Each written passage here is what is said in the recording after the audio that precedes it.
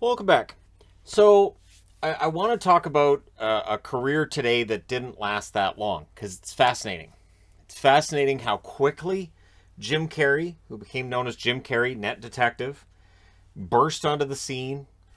It was a fun ride, and then it just stopped. And it was odd. So, Jim Carey was a decent draft pick, number 32 overall in 1992. So, he was a well regarded goaltender going into his draft year. The Washington Capitals drafting him. The Capitals, of course, for decades have drafted. They've developed goaltenders, and whether it's Holtby, whether it's Kolzig, you can name numerous goaltenders currently in the NHL who were brought up by the Washington Capitals. And they do a good job. And Jim Carey was a good goaltender. Was he overrated?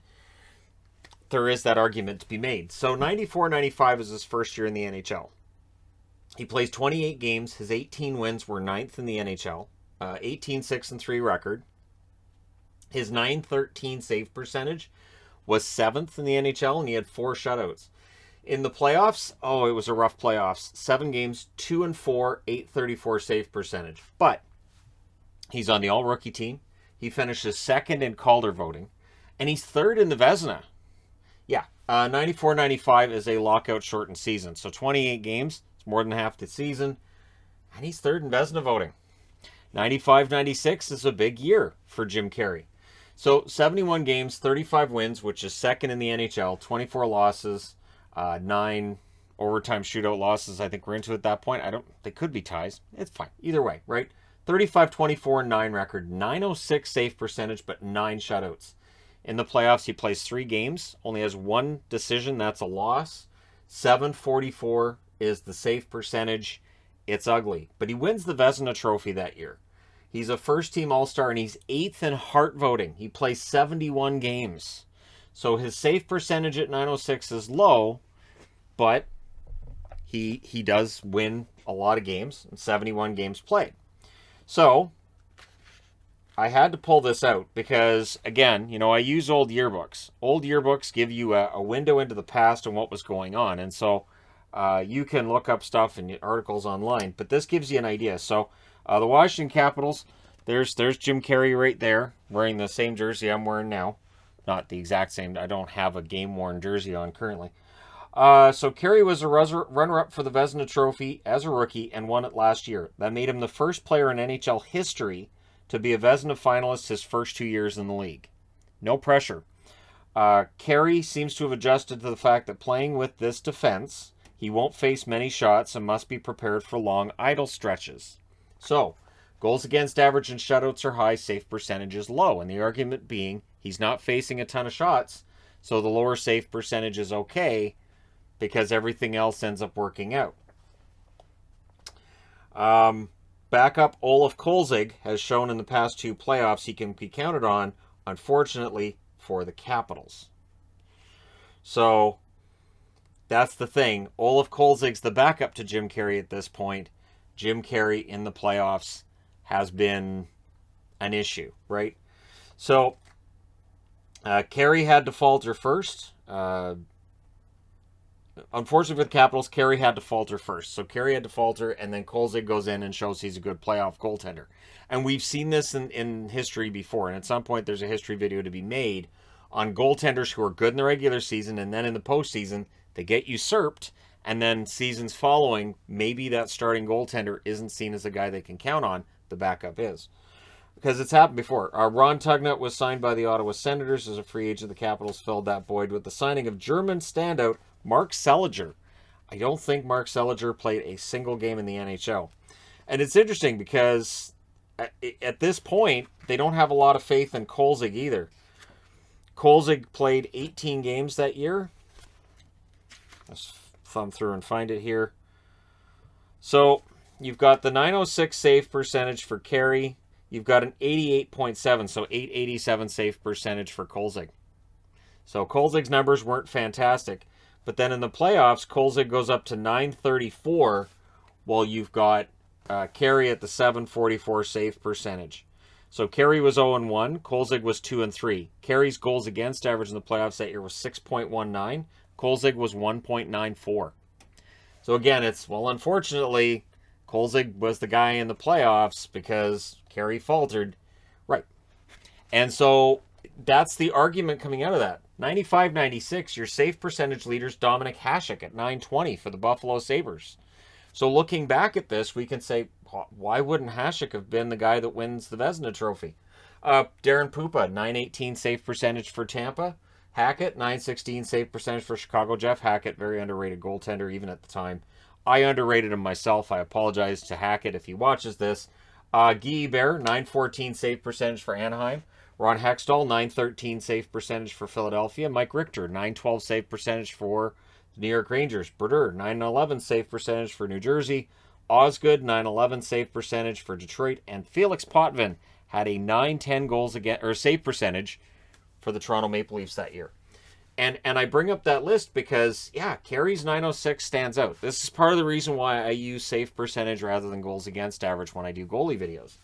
Because this, to me, tells a bigger story than just goals against and shutouts. The 9 shutouts were big, and I really think with Carey, a lot of it was hype.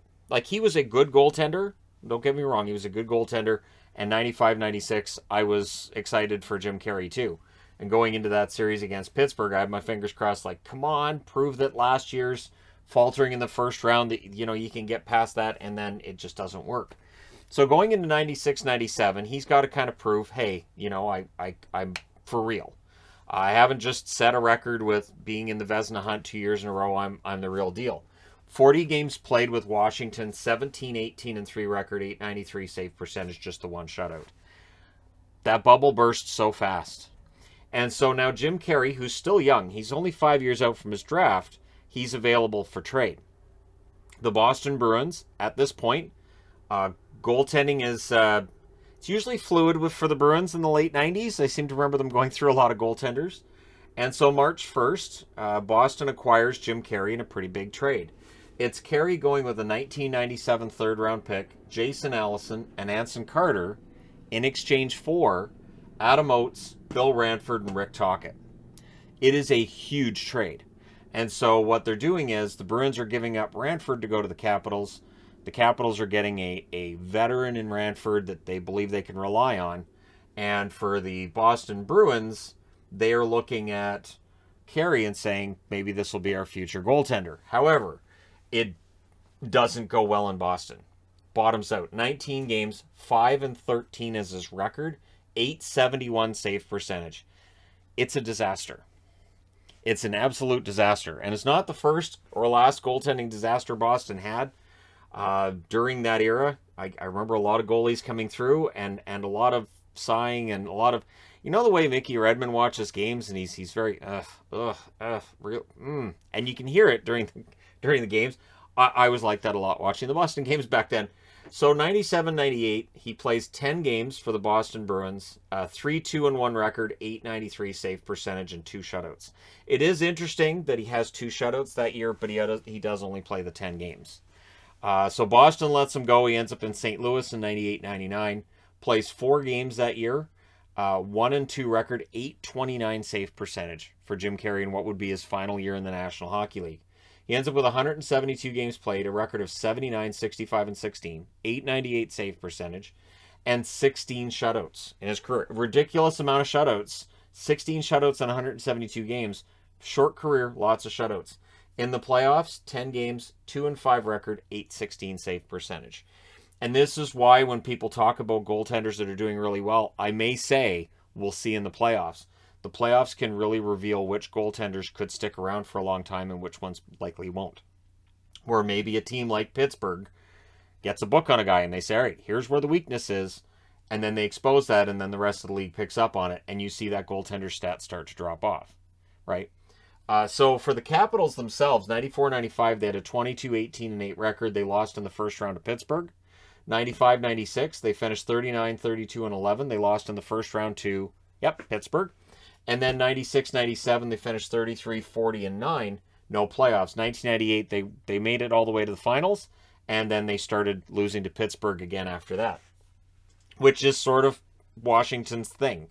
They lose to Pittsburgh often in the playoffs. it's a fascinating career looking at Jim Carey, and so this is that whole goalie of the future thing that I talk about, and this is why I try not to get into the whole goalie of the future thing, because again, as the league gets to know the goaltender has a choice. They can do the work and they can up their game and they can get better, or and once the league's got a book on a goaltender, it can be tough. So Jim Carey was one that it just felt like they got a book on him, and things just fell apart from there. But it was quite the ride, and he was very popular. And I remember, his rookie cards being all everybody needed a Jim Carey rookie card. For myself as a Boston fan, I was glad I had Blaine Locker, the Loch Ness Monster. I liked having Blaine Locker cards, and then Locker, there needs to be a video at some point too. So I also saw a comment yesterday about a Jason Allison video. I will at some point do a video on the career of Jason Allison, because that's a fascinating one too. But I really think the Jim Carey career and how that turned out, I think it's interesting. And it does show too that you can have a forward that has a couple of bad years and they stay in the NHL. You can have a defenseman, a couple of bad years. The forgiveness for goaltenders seems to be a lot less. The bar is set higher, and so there are goaltenders who maybe have a little bit shorter careers. Sometimes it's justified, and there are times too where I wonder if it is, and what might have been. As I mentioned with the Marty St. Louis video, where it could have happened that he never gets on that run with Tampa and maybe doesn't end up being a megastar. If Jim Carey had ended up somewhere other than Boston, might he have turned it around? Yes, it just did not work in Boston. But that's one of the fun things about watching hockey. It can be that unpredictable.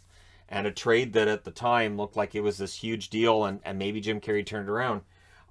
When we look at this deal now, he is not one of the bigger names in it.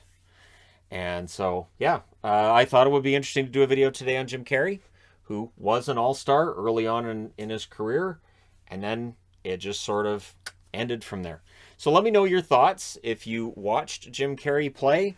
Were you of the belief that Vezina Trophy that year he was the best goalie in the league? Or again, did the save percentage tell you a story that he was playing behind a pretty solid defense that was preventing a lot of shots, and that maybe his stats end up being boosted a little bit by that? Because that's an argument we have often with goaltenders on top teams. Like, yeah, their numbers are good, but if they played in this location instead, their numbers would take a nosedive. So there you go. Let me know your thoughts in the comment section below as always. Don't forget to hit like and subscribe if you're browsing your way through. You just happened upon this video. Thank you guys so much for watching, for all your support. I will talk to you again soon.